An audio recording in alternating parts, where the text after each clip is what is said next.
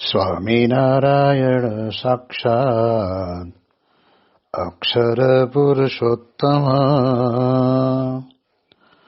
સર્વેભ્યઃ પરમં શાંતિં આનંદં સુખમર્પયેત. શ્રી સ્વામિનારાયણ ભગવાનની જય. શ્રી અક્ષર પુરુષોત્તમ મહારાજની જય. શ્રી ગુણાતીતાનંદ સ્વામી મહારાજની જય. શ્રી પ્રમુખ સ્વામી મહારાજની જય. શ્રી મહંત સ્વામી મહારાજની જય. પ્રગટ ગુરુ હરિ પરમ પૂજ્ય મહંત સ્વામી મહારાજની આજ્ઞા અને આશીર્વાદથી આપણે બધાએ નિત્ય પ્રાતઃ કથાનો લાભ લઈ રહ્યા છીએ. આજે આપણા માટે એપ્રિલ મહિનાની 9મી તારીખ અને મંગળવારનો માંગલિક દિવસ છે અને 1211મી સભા થાય છે. અને કહત હૈ સહજાનંદ એ વિષય ઉપર 862મો દિવસ થાય છે. આજનો દિવસ એટલે ગુડી પડવાનો મહાપવિત્ર દિવસ. ચૈત્ર સુધી પડવાથી માંડીને ચૈત્ર સુધી 9મી સુધીના ચૈત્ર મહિનાના નવરાત્રા કહેવાય છે કે જેમ આપણે આસો મહિનાની અંદર નવરાત્રિ આવે એમ આપણા હિન્દુ ધર્મની અંદર પણ આને વિશેષ કરીને નવરાત્રિ કહેવામાં આવે છે. વિશેષ કરીને આપણે જાણીએ એ પ્રમાણે આ મહિનો એટલે ભગવાન રામચંદ્ર મર્યાદા પુરુષોત્તમ પૃથ્વી ઉપર પ્રગટ થયા એ ચૈત્ર સુધી 9મી અને આપણા ઈષ્ટદેવ ભગવાન સ્વામિનારાયણ ધર્મ અને ભક્તિ માતા થકી ઘનશ્યામ પ્રભુ પ્રગટ થયા એ પણ ચૈત્ર સુધી 9મી. એટલે આ મહાપવિત્ર ચૈત્ર માસની અંદર આપણે બધાય વિશેષ કથા સાંભળવા માટે ઉત્સુક છીએ. ત્યારે આપણે ત્યાં એવું કહેવાય છે કે ગુડી પડવાના દિવસથી 8 દિવસ કે 9 દિવસ સુધી લોકો લીંબતરુ કહેતા કે લીમડા ઉપર આવેલા સરસ મજાના એ પાનને વાટીને એનો કડવો રસ બધા પીતા હોય છે. કેટલાક લોકો એના લીમડા ઉપર આવેલો જે મોર હોય છે એ મોરને પણ કહેવાય છે કે એનો રસ તૈયાર કરીને પીતા હોય છે. એટલે આ દિવસો દરમિયાન શરીરની અંદર કડવાશ જો વિશેષ કરીને આપણા શરીરમાં જાય તો જેને કારણે કરીને રોગ પ્રતિકારક શક્તિ આપણી ઘટી ગઈ હોય તો એ પણ સારી થાય. તદુપરાંત આપણે જાણીએ એ પ્રમાણે શરીરની અંદર નાના મોટા જેને કહેવાય ને કે એ પ્રકારના જંતુઓ પ્રવેશ કરી ચૂક્યા હોય તો એનો પણ નાશ થઈ જાય અને તંદુરસ્ત શરીર રહે. એટલે કડવાશ ભરેલી વાત હંમેશા જીવનને મીઠી કરે છે.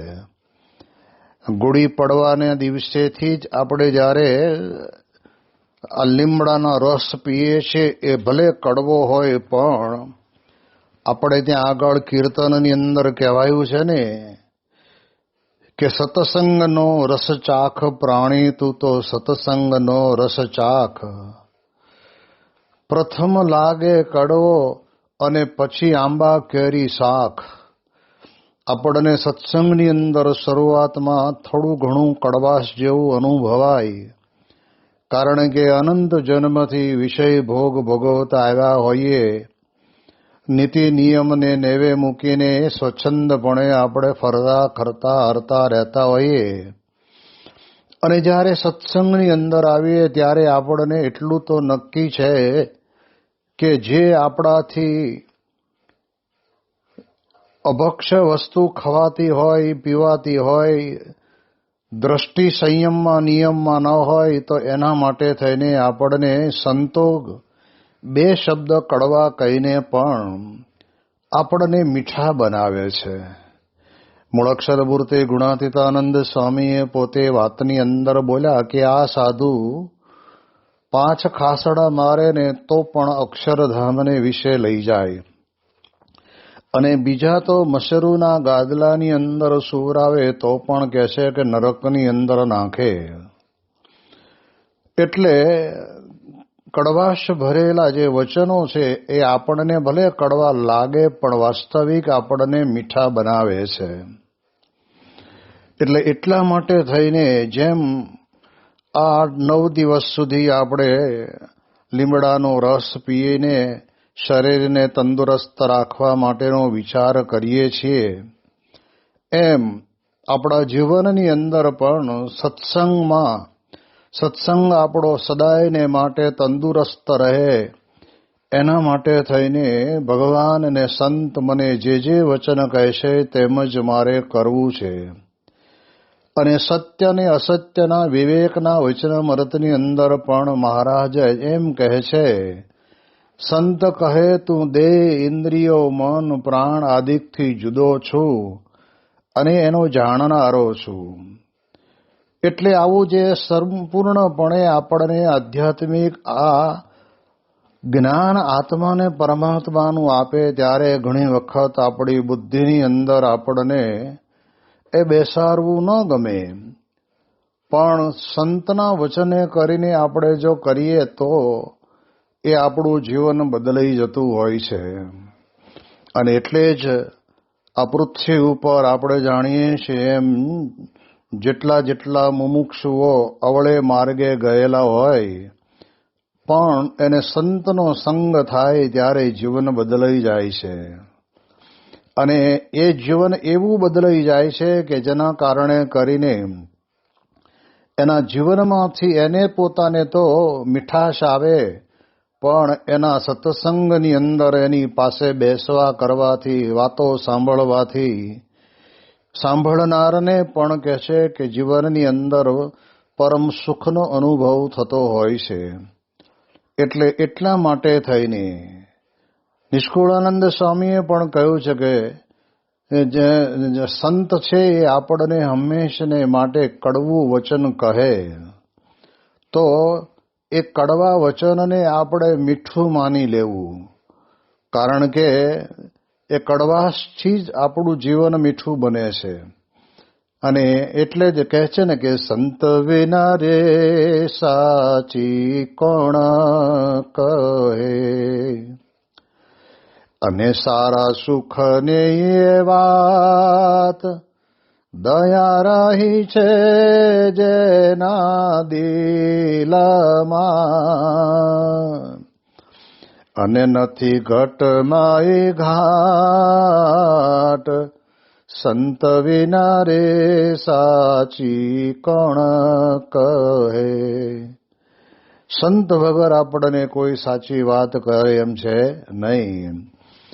એટલે ગુડી પડવાના પ્રથમ દિવસથી જ કહેતા, ચૈત્ર મહિનાના પ્રથમ દિવસથી પણ આપણે એ જ વિચારીએ કે આપણે અંતરદ્રષ્ટિ કરવાની કે આપણી ઉંમર કેટલી થઈ, કેટલા વર્ષો વીતી ગયા, છતાં પણ હજુ પણ આપણે જ્યાં છીએ ત્યાંને ત્યાં છીએ. તો આપણને સંત કંઈક સાચું વચન કહે તેને પરમ સત્ય કરીને માનવું. અને એનાથી આગળ આપણને નિષ્કુળાનંદ સ્વામી કહે છે કે જેમ જનુની ને હૈયે હેત છે, અને સદા સુતને સાથ અરોગી કરવાયર ભકને, પાયે કડવે રાખવાત સંત વિના રે સાચી કોણ કહે. સંત વગર આપણને સાચી કોણ કે જેમ જનુનીને હૈયે હેત છે, માતાને જેમ પોતાના બાળક ઉપર હેત છે, તો ભલે એ નાનપણની અંદર એને કડવું કડિયાતું પાઈને એને આખી જિંદગી સુધી કોઈ પણ પ્રકારનો રોગ ન આવે એવું જીવન બનાવવા માટે થઈને એ ઔષધ પાય છે. આપણે જાણીએ છીએ પહેલાના જમાનાની અંદર આ પ્રકારની પ્રથા હતી અને એ પ્રમાણે કડવું કડિયાતું પાતા. જ્યારે બાળક ન પીવું હોય ત્યારે પોતાનું મોઢું બંધ કરી દે અને ગમે તેમ કરે ને તો પણ ખોલે નહીં. પરંતુ એ બાળકના માતા અને પિતા ગમે તેમ થાય એ રડે કે ન રડે, એ રાડો નાખે કે ન નાખે, પણ એને કહેવાય છે કે હવે આ કડવું કડિયાતું પાવી દેવું. એટલે નાક દબાવે એટલે મોઢું ખોલે, અને મોઢું ખોલે એટલે ધીરે એને ચમચી જેટલું જ હોય, પણ કે આખી જિંદગી સુધી એને તાવ, તરિયો, માથું, પેટ આ બધું કાંઈ ન થાય અને દર્દ થાય નહીં. એ જમાનો એવો હતો. તે વખતે બધાએ ઓર્ગેનિક બધાએ ભોજન, જેને કહેવાય કે અનાજ, સીધું પાણી બધું સારું મળતું. એટલે આ એક વખત પાવાથી જિંદગીની અંદર એને પછી ક્યારેય બીમાર પડવાનું રહેતું નથી. એટલે ભલે એ નાખે ત્યારે રડે, તો કઈ માતા એવી હોય કે જે રડતા બાળકને જોઈને રાજી થાય? પણ અહીંયા આગળ એના મોઢાની અંદર કડવું કડિયાતું નાખીને એની માતા રાજી થાય કે હાશ, મારા દીકરાએ આ પ્રમાણે ભલે થોડું ઘણું થોડી વાર રડ્યો પણ એના પેટની અંદર આ વાત ગઈ છે ને. એમ ભગવાન અને સંત આપણને જ્યારે આપણા જીવના કલ્યાણ માટે આપણને કડક થઈને બે શબ્દ કહે, સત્ય શબ્દ કહેવાના હોય છે, અસત્ય નહીં. પણ એ શબ્દ કહે ત્યારે આપણને ઘણી વખત વસમું લાગે, પરંતુ એની અંદરથી આપણું સુધરે છે, આપણું જીવન બદલાય છે, એવું જ્યારે આપણને સમજાય ને ત્યારે કામ આવે. જેમ આપણે જાણીએ છીએ કે વાલેરા વરુને આ પ્રમાણે અક્ષર બ્રહ્મ ગુણાતીતાનંદ સ્વામી પોતે એના નેહડે ગયા અને કહ્યું કે તને ખબર છે કે તું આ શું કરી રહ્યો છો? અને તમારે તો જીવનની અંદર બધાનું રક્ષણ કરવાનું હોય અને બદલે આજે લૂંટફાટ કરીને બીજમાની કરો છો. આવા કડવા શબ્દ કીધા, પણ કહેનાર કોણ હતું? તો કે છે કે અક્ષર બ્રહ્મ સ્વયં હતા. અને એના કારણે કરીને કહ્યું કે બાપજી, મારે ત્યાં અત્યાર સુધી કોઈ આવ્યું નથી અને આપ પધાર્યા છો, તો હવે મારે કરવું શું? કારણ કે મારું બધું જ મારા ભાઈ સીધી વરુએ બધું પડાવી લીધું છે, એટલે હવે મારે ન છૂટકે આ કરવું પડે છે. અને ત્યારે અક્ષર બ્રહ્મની પાસે નિષ્કપટ થઈ જાય છે. એના કારણે કરીને ગુણાતીતાનંદ સ્વામી કે જા, આ બધું બંધ કરી દે, તો તને આજથી 7મે દિવસે તને તારો જે કંઈ ભાગ હતો ને બધું જમીન જાગીર અને રૂપિયા નાણાં જે કંઈ હશે તે બધું તને પાછું મળી જાય તો. અને ત્યારે આ કડવા વેણ પણ એ વખતના સમયની અંદર એને સાંભળ્યા, પણ એને મીઠા લાગ્યા કે મને મારું જો પાછું મળતું હોય તો મારે આ પ્રકારના કર્મો કરવા યોગ્ય નથી, એમ સમજીને એણે મૂકી દીધું. અને 7મે દિવસે એના ભાઈએ સીધી વરુએ બોલાવીને એને જે કંઈ આપવાનું હતું જમીન જાગીર એ બધું જ એનું પોતાને પરત કર્યું. અને ત્યારે સ્વામીએ કીધેલું કે જો તને તારું મળી જાય તો જૂનાગઢ આવજો. અને જૂનાગઢ ગયા, ગુણાતીતાનંદ સ્વામી પાસે વર્તમાન ધરાવી સત્સંગી થયા. અને એ સત્સંગી એવા થયા કે દર પૂનમે ગુણાતીતાનંદ સ્વામીની કથા વાર્તાનો લાભ લેવા માટે, ઠાકોરજીના દર્શન કરવા માટે જતા. એટલે સંત છે આપણને ઘણી વખત જેમ માતા પોતાના બાળકને આ પ્રમાણે કડવું કડિયાતું પાઈને રોગમાંથી મુક્તિ અપાવે છે, એમ નિષ્કુળાનંદ સ્વામી પણ વિશેષ આગળ લખતા આપણને જણાવે છે કે તેમ સંત વચન કટુ કહે, અને આપવા આપણો રંગ, તેમ સંત વચન કટુ કહે, અને આપવા આપણો રંગ, નિષ્કુળાનંદ નિર્ભય કરે, આપે પદ નિર્વાણ, સંત વિના રે સાચી કોણ કહે, તેમ સંત વચન કટુ કહે, આપવા આપણો રંગ. આપણને યોગીજી મહારાજ પણ યોગી ગીતાની અંદર એ પોતે વાત કરે છે, રાજનીતિના વચનામૃતની અંદર જે મહારાજે શબ્દો બોલ્યા છે, તો બાપા કહે છે કે આપણે મનની સાથે લડાઈ લેવી. હવે જ્યારે લડવાનું થાય ત્યારે તો સ્વામી કહે છે કે જેમ શરીરની અંદર પણ કારહો આવે, સામી વ્યક્તિના શસ્ત્રો વાગે, આપણે એની સામે લડવા માટે આપણા શસ્ત્રો જજુમવા પડે, એ બધું આપણે જાણીએ છીએ. એવી રીતે આ લોકની અંદર પણ જેમ લડે છે એમ કહે છે કે મનની સાથે લડાઈ લેવી. અને હે મન, તે જો ભૂંડા સંકલ્પ કર્યા છે તો તારા ભૂકા કાઢી નાખી છે. મનને પણ કહે છે કે આવી રીતે સમજાવીને ડારો દેવો. એટલે વાત વાસ્તવિક છે. જ્યારે શરૂઆતના સમયની અંદર બહુ વર્ષો પહેલા આપણે બધા જાણતા હતા કે જ્યારે શિક્ષકો વિદ્યાર્થીને ભણાવતા હોય અને ત્યારે તે વખતે ત્યાં કહેવાતું કે ચોટી વાગે ચમચમ અને વિદ્યા આવે રમઝમ. છોકરાઓને જ્યારે ન આવડતું હોય ને ત્યારે તે વખતનો સમય એવો હતો, એટલે શિક્ષકો એ પ્રમાણે એક એવી સોટી રાખતા હશે. તે મારે એને બીકના લીધે કરીને યાદ ન રહેતું હોય ને એ બધું યાદ રહી જાય. એટલે આપણને ઘણી વખત એમ લાગે કે શા માટે મારી પાછળ પડી ગયા છે, મારેથી આટલું જ થશે. પણ એમ લાગે, પણ કહે છે કે એને અતિ ઉત્તીર્ણ વિદ્યાર્થી બનાવવો છે. એવું જ્યારે એના મનની અંદર રહે તો સ્વામી કહે છે કે તે વખતના સમયની અંદર બધું જ કંઠસ્થ કરવાનું. અને ગણિત તો એટલું જૂનું ગણિત એટલું અદ્ભુત છે કે પા અડધા પોણા સવાયા દોઢા આ પ્રમાણે કહેવાય છે કે એ ઘડિયા ગણવાના હોય અને ફટાફટ બોલવાના હોય અને કંઠસ્થ કરી નાખ્યા હોય. અને તે વખતે કદાચ બોલવામાં ભૂલ થાય તો અંગૂઠા પકડાવે. તો થોડી વાર અંગૂઠા પકડે ને ત્યારે તો ઘડીક છોકરાઓ એકબીજા રાજી થાય, પણ એને એમ થાય કે ભલે મને અંગૂઠા પકડાવે છે, પણ આ મારી જે ભૂલ છે ને એ ભૂલને સુધારવા માટે થઈને મને આ અંગૂઠા પકડાવ્યા છે, અથવા તો કાનની બૂટો પકડીને મને ઉઠ બેઠ કરાવે છે, એ મારા સારા માટે છે.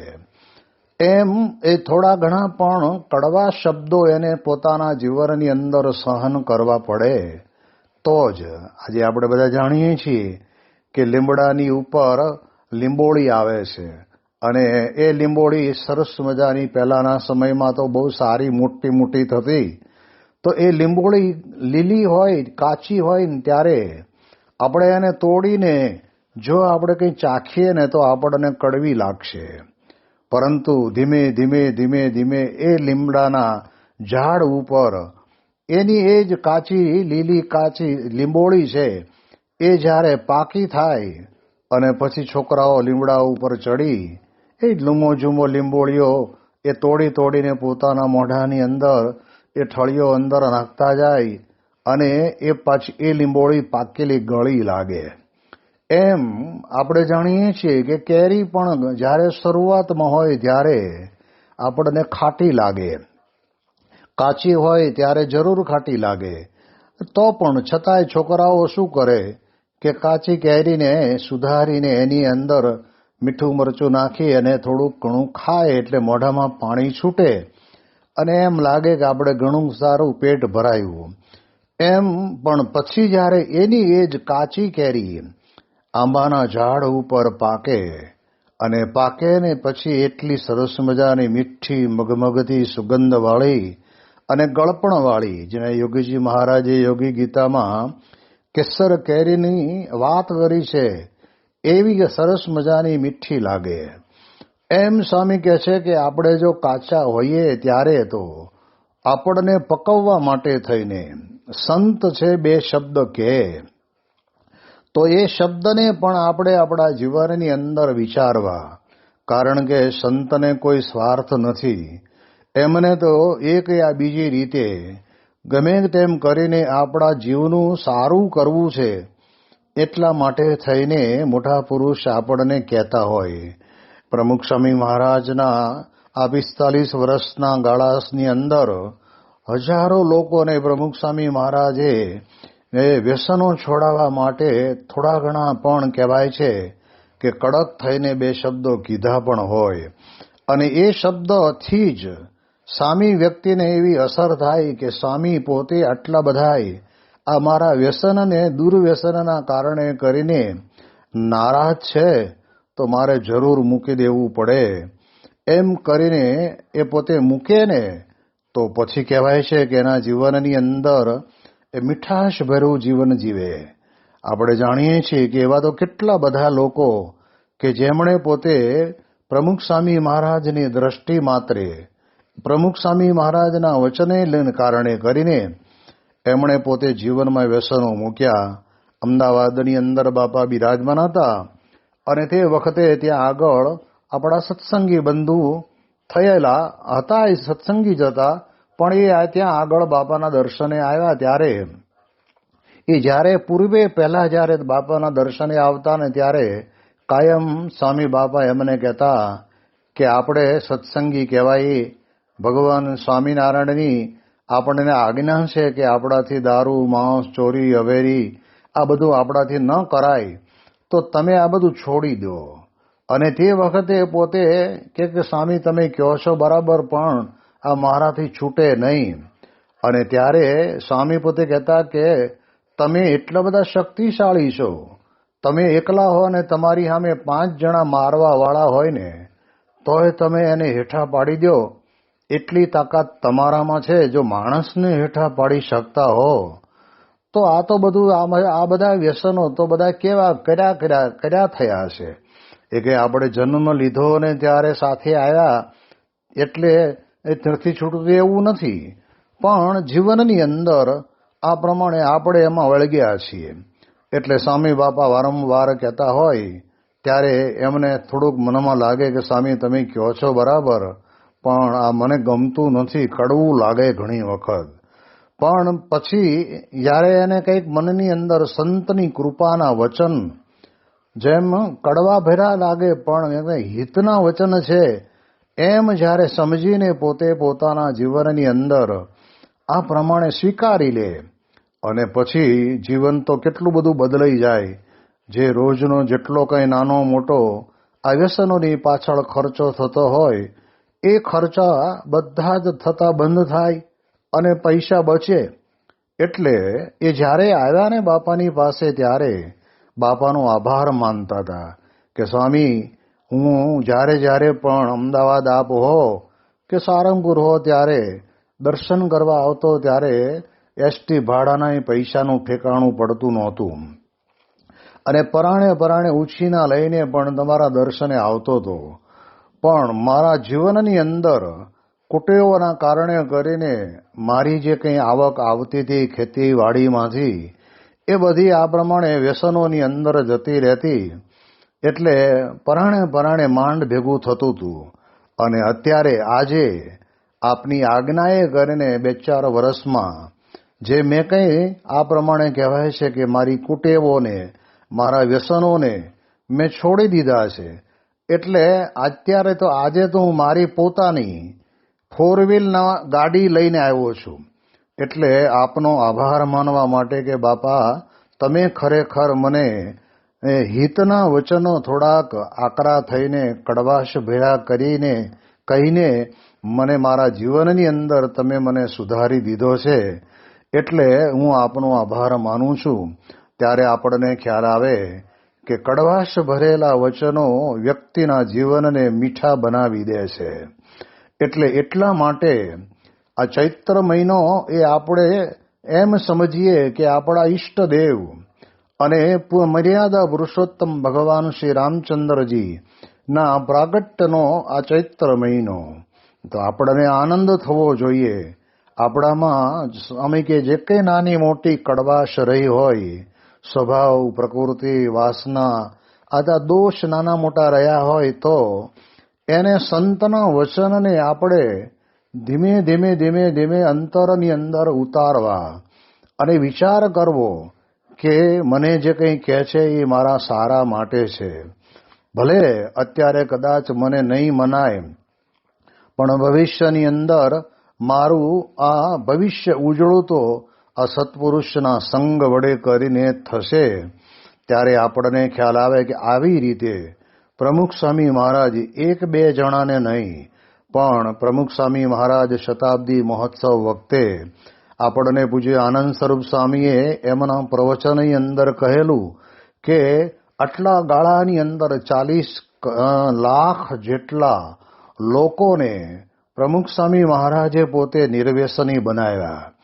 હવે આ તો રેકોર્ડમાં જે કંઈ આવ્યા હશે એ સિવાય તો સ્વામી બાપાએ હાલતા ચાલતા કે પછી પત્ર લખતા, ફોનમાં, પછી ગાડીમાં જતા, જે રીતે પણ એમને સમયની અનુકૂળતા મળી તે પ્રમાણે એ લોકોને હિતની વાત કરી અને સાચે રસ્તે વળવાનું કામ કર્યું.